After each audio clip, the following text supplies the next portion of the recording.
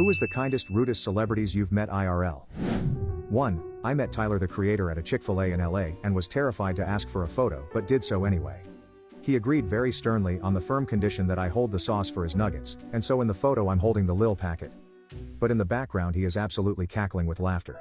He then broke the facade, dapped me up, said he loves pranking people like that, and proceeded to ask me all about my life for 5 to 10 minutes.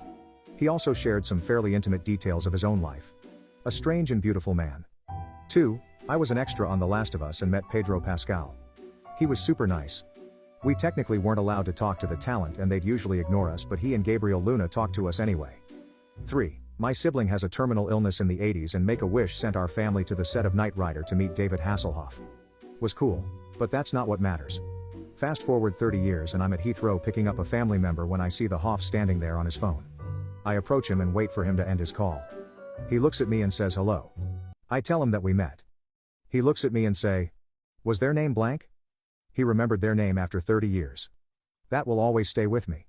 4. Ryan Reynolds and Blake Lively live relatively close to my hometown and show up to this Christmas event every now and again that our town puts on. Walked out of the ice cream parlor downtown and sitting on the bench right outside is Ryan Reynolds eating an ice cream cone. I looked up at him as I was walking out and made eye contact. And I looked away, then I looked back to make sure it was him, and he looks me dead in the face and goes, "I know, right, isn't it crazy?" And then he gets up and walks away. 10 out of 10. 5. Ian McKellen came to the spa I worked at and was absolutely lovely. We didn't sell ice cream but there was a farm shop across the road and I mentioned it and he asked me if I'd take him there. My friend who worked in the farm shop had his mouth open the whole time seeing me buying ice cream with Gandalf. 6. Back in 2004ish John Cena and Batista gave me a spot at the gym at like 5 a.m. Super nice guys.